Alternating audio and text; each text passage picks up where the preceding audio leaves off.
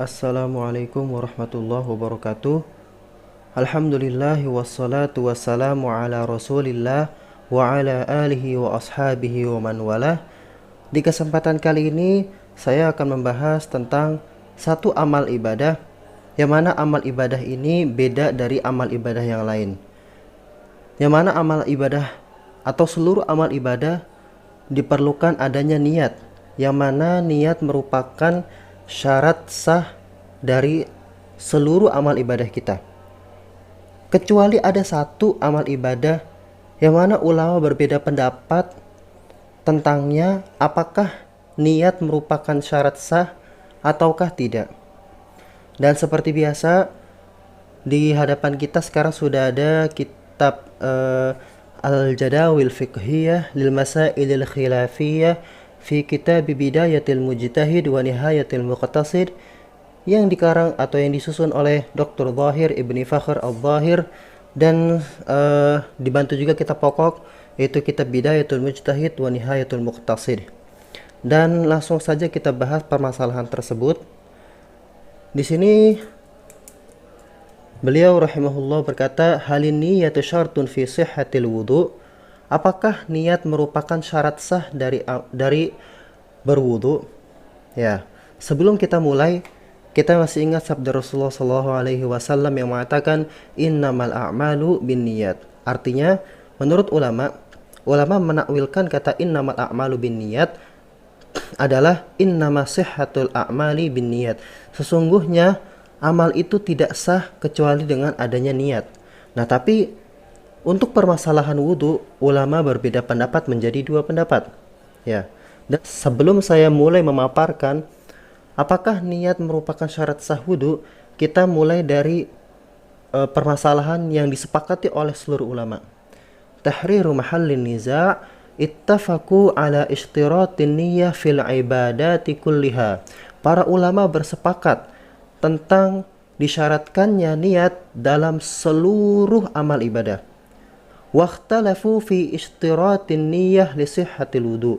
Tapi ulama berselisih tentang syarat atau tentang disyaratkannya niat yang merupakan dianggap sahnya berwudu seseorang. Jadi semua amal ibadah itu wajib adanya niat, karena kalau tanpa niat maka dia tidak menjadi amal ibadah. Tapi untuk permasalahan wudu, khusus permasalahan wudu, ulama berbeda pendapat menjadi dua pendapat. Ya, di sini disebutkan wal khilafu ala qaulain. Ya, perbedaan pendapat di sini ada dua pendapat. Ya. Pendapat yang pertama, pendapat Imam Malik, Imam Syafi'i dan Imam Ahmad, juga Abu Thawr dan Dawud. Berarti artinya ini pendapat yang dipegang oleh jumhur ulama. An-niyatu syartun li sihhatil wudu. Ya. Niat merupakan syarat sahnya wudu. Tapi pendapat kedua mengatakan an-niyatu laysat bisyartin li sihhatil wudu. Niat bukanlah syarat sah dari berwudu. Ini pendapatnya Imam Abu Hanifah dan Imam Ats-Tsauri. Wow, jadi impactnya gimana? Impactnya bagi yang mengatakan bahwasannya niat merupakan syarat sah berwudu, kalau kita nggak niat ingin berwudu, walaupun kita melakukan gerakan-gerakan wudu, maka kita tidak dianggap berwudu atau wudu kita tidak sah gitu. Ini pendapat yang dipegang jumhur. Sedangkan kalau misalkan kita memegang pendapat yang dipegang oleh Imam Abu Hanifah dan Imam Tsauri, berarti cukup kita melakukan gerakan wudu tanpa kita niat ingin berwudu, maka wudu kita sudah dianggap sah, dan ketika kita sholat kita sah.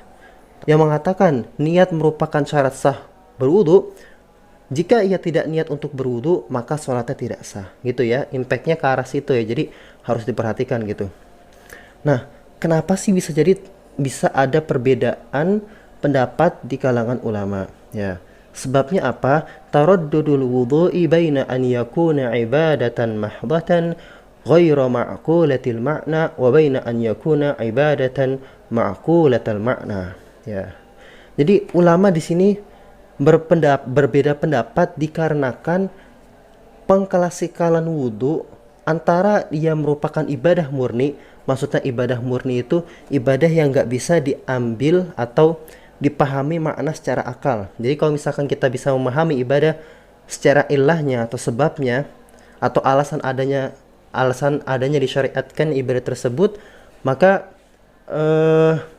itu disebut ibadah ma'qulatul makna. Tapi kalau kita katakan ibadah itu tidak punya alasan yang ma'qul atau tidak punya sebab yang ma'qul yang bisa diterima oleh akal, maka dia ibadah mahdhah. Yang mana semua ulama telah bersepakat kalau ibadah mahdhah itu tidak membutuhkan niat. Sedangkan ibadah ghairu mahdhah atau ibadah ma'qulatul makna, ya, ibadah ghairu mahdhah atau sebutan lainnya ibadah ma'qulatul makna yang dapat dicerna secara maknanya, itu tidak membutuhkan niat, ya. Gitu ya. Nah, jadi karena adanya beda dalam pengklasikalan dalam hal ini, makanya terjadi perbedaan pendapat antara jumhur dan madhab Abu Hanifah. Abu Hanifah menganggap wudhu itu seperti seseorang membersihkan dirinya dari najis, maka itu sesuatu yang dapat dicerna secara akal gitu. Ilahnya atau sebabnya kita bisa mencerna dengan mencuci, najisnya hilang. Maka dengan melakukan gerakan wudhu dianggap wudhu, nah gitu. Tapi jumhur enggak. Jumhur ini mengatakan wudhu itu sama seperti sholat, haji, puasa, membutuhkan niat karena dia merupakan ibadah mahdhah yang nggak bisa dicerna secara akal sebab-sebabnya. Nggak seperti kita menghilangkan najis gitu. Tapi Imam Abu Hanifah mengatakan wudhu itu seperti kita menghilangkan najis. Kalau kita hilangkan najisnya saja tanpa perlu niat, ya udah selesai gitu. Nah gitu ya. Nah sedangkan untuk dalil-dalilnya, dalil yang digunakan oleh jumhur ini Imam Malik, Imam Syafi'i, Imam Ahmad, Imam Abu Thawr dan Imam Dawud. Dalil mereka ada 1, 2, 3, dan Imam Hanifah juga memegang 3 dalil. Kita mulai dari dalil jumhur ya. Jumhur mengatakan dalil mereka yang pertama, al-wudu'u ibadatun mahdhatun ghairu ma'qulatil ma'na muftaqiratun ila niyatin kas-shalah. Wan niyyatu syartun li sihhatil ibadah. Liqaulihi ta'ala wa ma umiru illa liya'budullaha mukhlishina lahuddin. Wa qauluhu sallallahu alaihi wasallam innamal a'malu binniyat. Ya, artinya wudu itu merupakan ibadah mahdhah. Yang mana ibadah mahdhah itu nggak bisa dipahami secara akal. Ya udah pokoknya syariat bilang gini udah kita ikutin, itu ibadah mahdhah. Maka dia membutuhkan niat, seperti ibaratnya kita melakukan sholat gitu. Wan niyatu syartun, dan sedangkan niat ini merupakan syarat sah ibadah gitu. Allah berfirman, "Wa ma umiru illa liya'budullaha mukhlishina lahuddin." Dan tidaklah mereka diperintahkan kecuali hanya untuk beribadah dengan mengikhlaskan diri kepadanya dalam beragama. Dan sabda Nabi SAW, "Innamal a'malu binniyat." Sesungguhnya semua amal tergantung niatnya. Ini dalil pertama. Sedangkan dalil kedua jumhur adalah haditsu Abi Malik al-Asy'ari marfu'an, "At-tuhuru syatrul iman wal imanu ibadatun fakadha syatruhu." Ya, hadis Abu Malik al-Asy'ari, "At-tuhuru syatrul iman." Ya, bersuci itu atau kesucian merupakan sebagian dari iman, dan iman adalah ibadah. Maka sesuatu yang merupakan bagian daripada iman, dia dikatakan ibadah juga. Nah gitu. Itu dalil yang kedua. Sedangkan dalil yang ketiga, takhsisu ba'dil a'dha'i bil wudu' duna ghairiha la tuqalu 'illiyatuhu fadalla 'ala annahu ibadatu mahdhah. Ya. Mengkhususkan sebagian anggota badan kita dengan berwudu tanpa selainnya tidak bisa dipahami alasannya. Maka itu menunjukkan bahwasan itu merupakan ibadah mahdhah yang nggak butuh niat. Jadi emang kalau kita lihat anggota wudhu itu kan nggak seluruh badan kita dibasuh atau diusap dengan air, tapi cuman beberapa anggota seperti tangan, muka, rambut dan kaki. Nah, yang mana kenapa Allah menyuruh kita membasuh sebagian anggota wudhu? Yang ini alasannya tidak dapat diterima secara akal. Maka kalau kita tidak bisa menarik alasannya secara akal, ini namanya disebut ibadah mahdhah. Dan yang sama-sama disepakati oleh para ulama, ibadah mahdhah tidak butuh niat, gitu ya. Ini dalil jumhur, ya. Kemudian dalilnya madhab Abu Hanifah apa? Dalilnya ada 3. Dalil yang pertama adalah al-wudu'u ibadatun ma'qulatul ma'na ka ghaslin najasah fahiya ghairu muftaqiratin ila niyyah lianna Allah ta'ala lam yadhkurha fi ayatil wudu ya ayyuhalladzina amanu idza kumtum ila sholati faghsilu wujuhakum. Ya, wudu merupakan ibadah yang dapat dipahami secara akal. Jadi mazhab Abu Hanifah meyakini kalau wudu itu bisa dicerna secara akal, seperti kita sedang menghilangkan najis atau mencuci dari najis, kan bisa kita cari bagian najisnya, kemudian kita bersihkan gitu, maka dapat dicerna secara akal.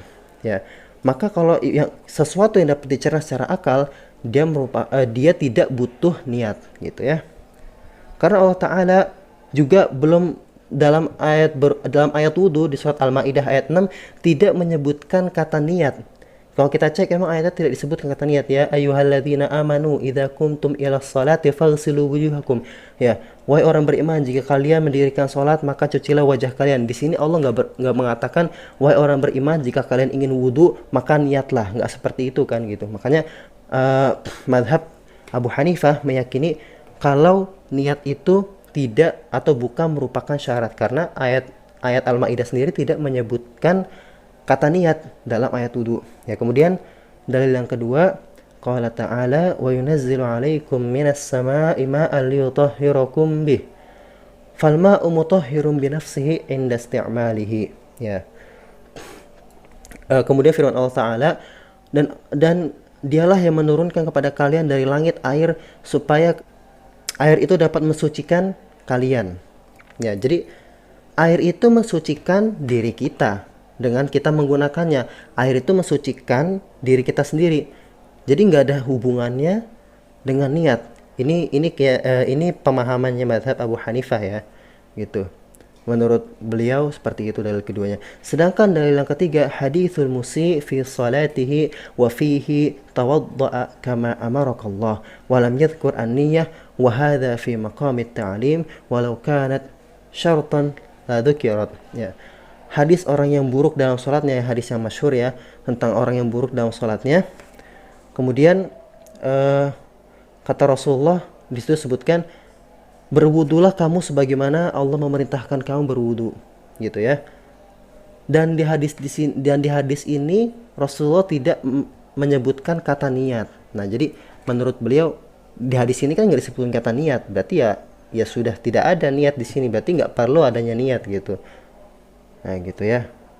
Seandainya niat itu merupakan syarat, pasti Nabi SAW ketika mengajarkan orang yang buruk dalam sholatnya pasti menyuruh untuk memulainya dengan niat, tapi di sini tidak disebutkan kata niat. Ya, ini dalil dari madhab Abu Hanifah. Nah, sekarang pertanyaannya, manakah pendapat yang unggul dari dua pendapat ini? Ya, menurut beliau pemilik kitab ini, Dr. Zahir Ibn Fakhr Al-Zahir, ya, di sini beliau merajihkan atau mengunggulkan pendapat yang pertama. Menurut beliau, ar-rajih al-qaulul awwal an-niyyatu syartun li sihhatil wudu' li'anna al-wudu'a aqrabu syabahan bil ibadah minhu ila an-nadhafah wal ibadatu taftaqiru ila niyyatin. Ya. Pendapat yang unggul adalah pendapat yang pertama.